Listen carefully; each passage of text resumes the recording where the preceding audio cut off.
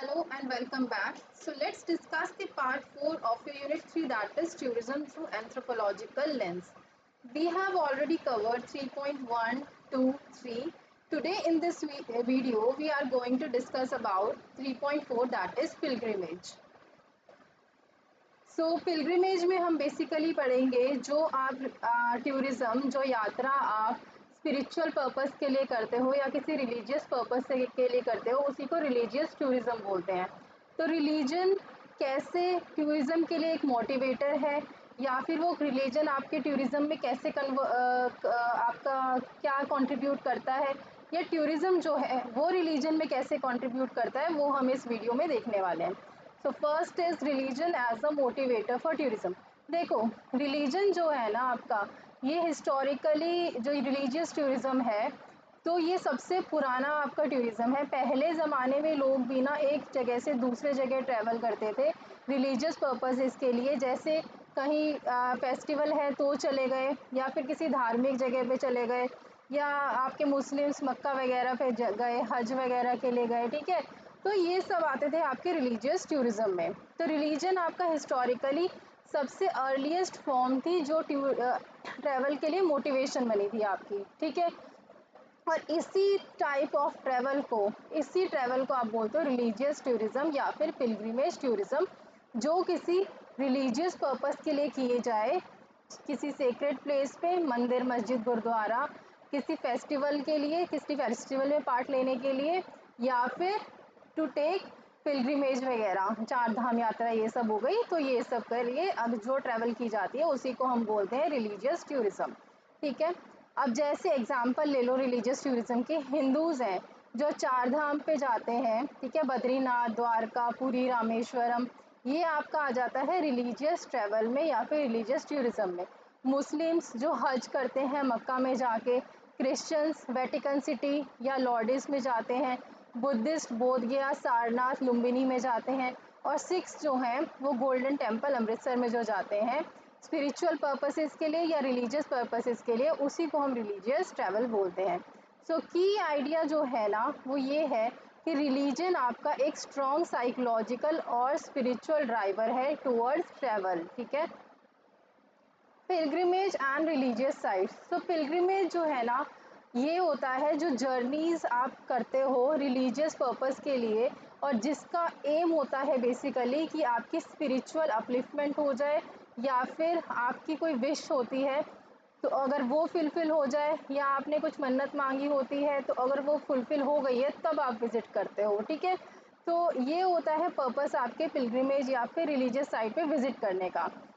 सो features क्या है pilgrimage tourism के, ये आपका है ट्रैवल टू सेक्रेड जोग्राफी, जिसमें से आपके रिवर, गंगा, यमुना में आप जाके ट्रैवल करते हो। Then religious ceremonies and rituals, जिसमें कि आपकी, ठीक है। Third is your mass gathering during religious festivals, जैसे कि कुंभ मेला, रिलीजियस फेयर और यात्रा, जैसे रथ यात्रा निकलती है पुरी में, अमरनाथ यात्रा निकलती है, ये सारी चीज़ें आपके इंक्लूडेड होती हैं रिलीजियस पिलग्रिमेज में। So it highlights how pilgrimage sites become tourism hubs, combining spiritual needs with economic, social and cultural elements। फिर हम आते हैं ऊपर थर्ड पॉइंट पे, that is religious festivals and tourism. So religious festivals ना आपके ritualistic और टूरिस्टिक पर्पस दोनों के लिए ही काम करते हैं, जो आपके रिलीजियस फेस्टिवल्स होते हैं। अब आप एक बात बताओ, कोई भी रिलीजियस फेस्टिवल हो रहा है तो वो एक तो आपका रिचुअल भी बन जाता है, और टूरिस्ट भी दूर दूर से उस फेस्टिवल में पार्ट लेने के लिए आते हैं, तो एक टूरिस्ट पर्पस के लिए भी वो काम करता है, ठीक है। भले ही उनका जो रूट होती है ना, उसकी तो स्पिरिचुअल मीनिंग होती है कोई ना कोई, बट ये डोमेस्टिक और इंटरनेशनल टूरिस्ट को भी अट्रैक्ट करती है। एग्जाम्पल देख लेते हैं, जैसे रिलीजियस फेस्टिवल्स के, जो पुष्कर मेला लगता है आपका राजस्थान में, ये आपका सेक्रेड लेक से लिंक्ड है, और आपके ब्रह्मा टेम्पल है वहाँ पर, ठीक है।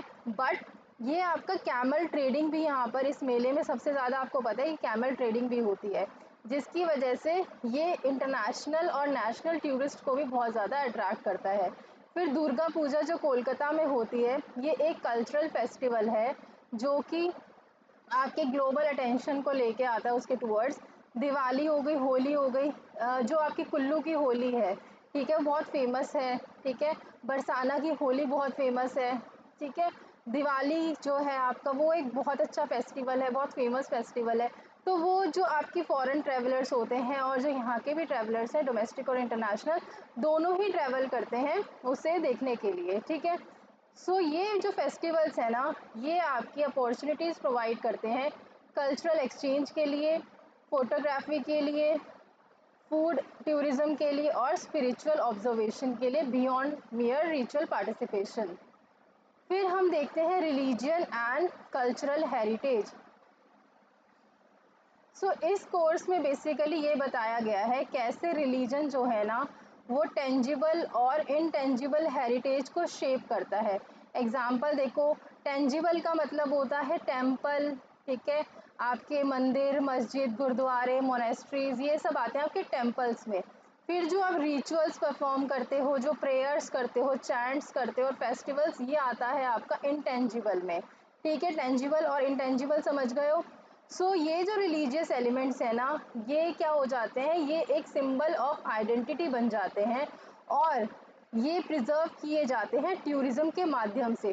टूरिस्ट जो होते हैं ना, ये often they are drawn to architecture marbles, मतलब जो इनका आर्किटेक्चर स्ट्रक्चर होता है ना, टूरिस्ट बेसिकली इनके टूवर्ड्स जो है मतलब अपने आप को खिंचा हुआ महसूस करते हैं या फिर यहाँ ट्रैवल करते हैं इनको देखने के लिए, इनके आर्किटेक्चर मार्बल्स को, जैसे कि खाजूराहो टेम्पल्स हो गया, अजंता एलोरा केव्स हैं। Then you have Buddhist stupas जो कि एक रिलीजियस सिग्निफिकेंस कैरी करते हैं, ठीक है। फिर फिफ्थ पॉइंट पे आ जाते हैं हम, that is religious tourism as a source of livelihood. आपको भी पता है कि जब आप रिलीजियस जो आपका टूरिज्म होता है वो एक सोर्स ऑफ लाइवलीहुड भी है, क्योंकि ये इनकम जनरेट करता है आपके लोकल जो आपके शॉपकीपर्स होते हैं, होटल्स होते हैं, गाइड्स होते हैं, ट्रांसपोर्ट सर्विसेज वाले होते हैं, इन सब लोगों के लिए। प्लस जब आप लोग किसी रिलीजियस पर्पज से कहीं भी ट्रैवल करते हो तो उससे क्या होता है, उस एरिया में इंफ्रास्ट्रक्चर डेवलपमेंट भी स्टार्ट हो जाती है, जो रिमोट रिलीजन्स भी होते हैं वहाँ पर। मान लो अब एक ऐसा जो रिमोट प्लेस है जहाँ पर बहुत ही बैकवर्ड एरिया है लेकिन वहाँ कोई मंदिर है, ठीक है, प्राचीन मंदिर है। तो जैसे ही वहाँ पर टूरिस्ट ट्रैवल स्टार्ट करना शुरू करेंगे तो आप देखोगे कि वहाँ पर डेवलपमेंट स्टार्ट हो जाएगी, ठीक है, और वहाँ पर इंफ्रास्ट्रक्चर बनेगा, वहाँ होटल बनेंगे, वहाँ रिजॉर्ट्स बनेंगे, वहाँ खाने पीने की शॉप्स बनेंगी। तो उससे क्या होगा, एम्प्लॉयमेंट जनरेट होगी और वहाँ की इनकम भी बढ़ेगी, ठीक है। देन ये आपके सपोर्ट करते हैं इनकम सब गवर्नमेंट को और टेम्पल ट्रस्ट रेवेन्यूज़ को। कैसे, आप वहाँ पर टिकट्स लगा देते हो, प्लस जब भी कोई जाता है टेम्पल्स में, गुरुद्वारे में, तो आपने देखा होगा हम डोनेशन दे के आते हैं, तो वो जो हमारी डोनेशन है ना वो भी उनके लिए जो है कंट्रीब्यूट करती है गवर्नमेंट की तरफ में और हमारी गवर्नमेंट को सपोर्ट करती है। Then it also brings challenges, जैसे कि ओवर क्राउडिंग कभी कभार हो जाती है, इन्वायरमेंट डिग्रेडेशन हो जाती है, कमर्शलाइजेशन हो जाती है सेक्रेड स्पेसिस की। तो ये सारे ड्रॉबैक्स भी हमें झेलने पड़ते हैं रिलीजियस टूरिज्म के। Sixth point is anthropology of religion and tourism. देखो, अगर हम एंथ्रोपोलॉजिकल पर्सपेक्टिव से देखें तो हमारा जो ये रिलीजन और टूरिज्म है ना, ये कुछ क्वेश्चंस हमारे रेज करता है हमारे उसमें। तो ये बैंस 183, मतलब ये बुक में दिया हुआ था आपके 183 मतलब इग्नू वाली बुक में, ठीक है। क्या क्या क्वेश्चन अराइज करता है रिलीजन और टूरिज्म हमारे, कि क्या जो हमारे ये जो सेक्रेड स्पेसेस है ना, ये टूरिस्ट स्पेसेस में कैसे कन्वर्ट हो गए। प्लस कि ये जो पिलग्रिम्स हैं और जो टूरिस्ट हैं, इनका मतलब इनके जो डिफरेंस है ये कैसे डिफर कर रहे हैं अपने इंटेंशन और बिहेवियर में, सबके इंटेंशंस में, सबके बिहेवियर में जो है फ़र्क क्यों है, और टूरिस्ट के में भी और पिलग्रिम्स में इनमें फ़र्क क्या है और क्यों है, ठीक है। Then how does religious tourism transform local culture, कि ये जो हमारा रिलीजियस टूरिज्म है इससे हमारे लोकल कल्चर पे क्या इफ़ेक्ट पड़ता है, ये कैसे हमारे लोकल कल्चर को चेंज करता है या इम्पैक्ट डालता है, वो भी ये जो अगर हम एंथ्रोपोलॉजिकल पर्सपेक्टिव से देखें तो ये क्वेश्चन करते हैं, ठीक है।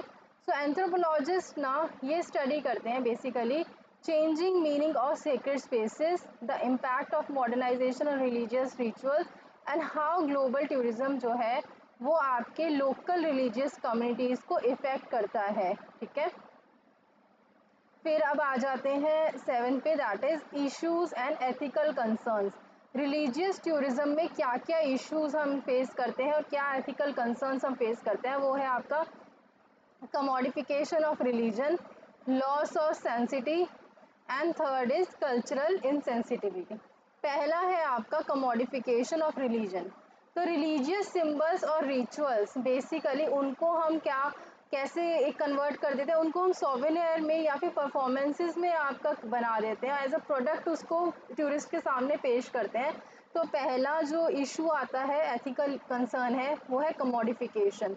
दूसरा है लॉस ऑफ सेंसिटी, सेक्रेड प्लेसेस जो है ना वो अपना जो स्पिरिचुअल सिग्निफिकेंस है उसको खो देते हैं टूरिस्ट के बिहेवियर की वजह से।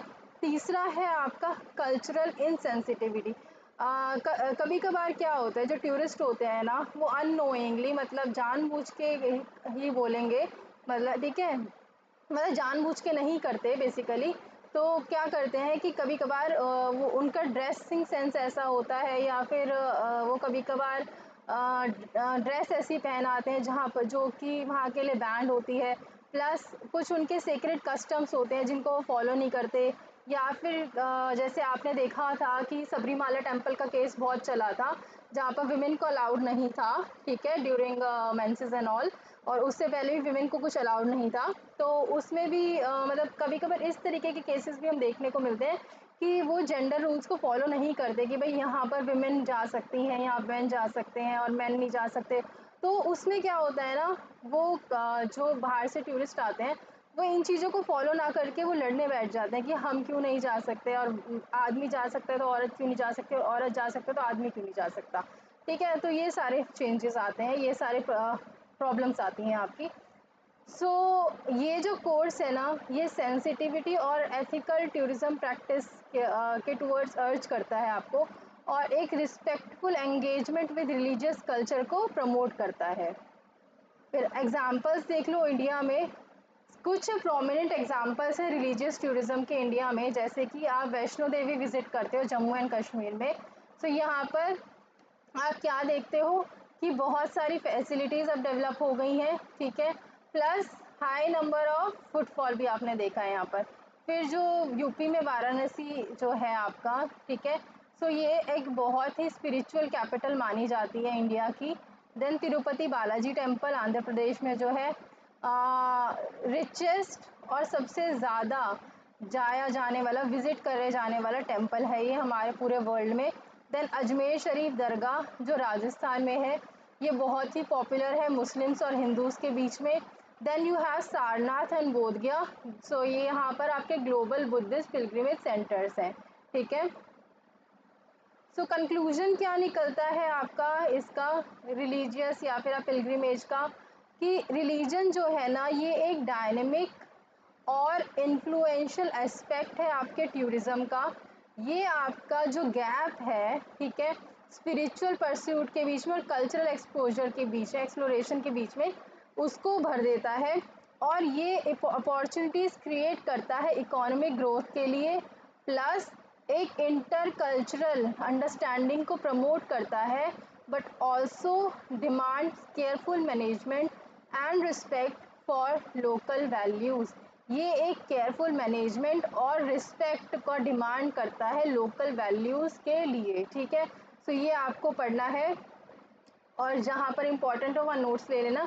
समझ तो आपको आ ही गया होगा, पहले भी जो हम चैप्टर करते आ रहे हैं ना सेम ही चीज़ मैं समझा रही हूँ आपको सारे चैप्टर्स में, बस वही कॉन्टिन्यूएशन है आपके टूरिज्म में, ठीक है, बस थोड़ा थोड़ा डिटेल हो जाती है और कुछ भी नहीं है एक्स्ट्रा उसमें। चलो टेक केयर।